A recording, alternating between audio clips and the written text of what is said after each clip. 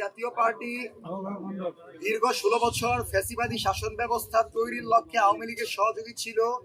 সেই জাতীয় পার্টি নির্বাচনে আসা মানে আওয়ামী লীগ নির্বাচনে আসা। যেই লাঙল নির্বাচনে আসবে সেই লাঙল দিয়ে নৌকা আসবে না, এটার কোনো নিশ্চয়তা নাই। এবং আওয়ামী লীগের মতো জাতীয় পার্টিকেও বিচারের মুখোমুখি করে 16 বছর তাদের যে ভূমিকা ছিল সেটাকে আইনের ভাষায় বিচার করতে হবে।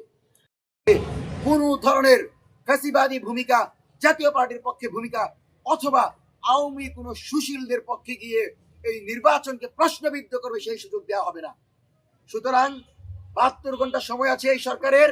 এই সরকার যদি মনে করে আবু সাইদ ওয়াসিম মুগদের এই প্রতিনিধিদের কথাকে উত্তর দিবে, শরীফ ওসমান হাদির উত্তরসূরিদেরকে বিবেচনা করে বাংলাদেশের কল্যাণে, স্বাধীনতা, সার্বভৌমত্বের প্রশ্নে আপোষ না করে দেশের কল্যাণে কাজ করবে, সেই সরকার অবশ্যই বিষয়গুলো বিবেচনা করে 72 ঘন্টার ভিতরে আমাদের জবাব দিবে।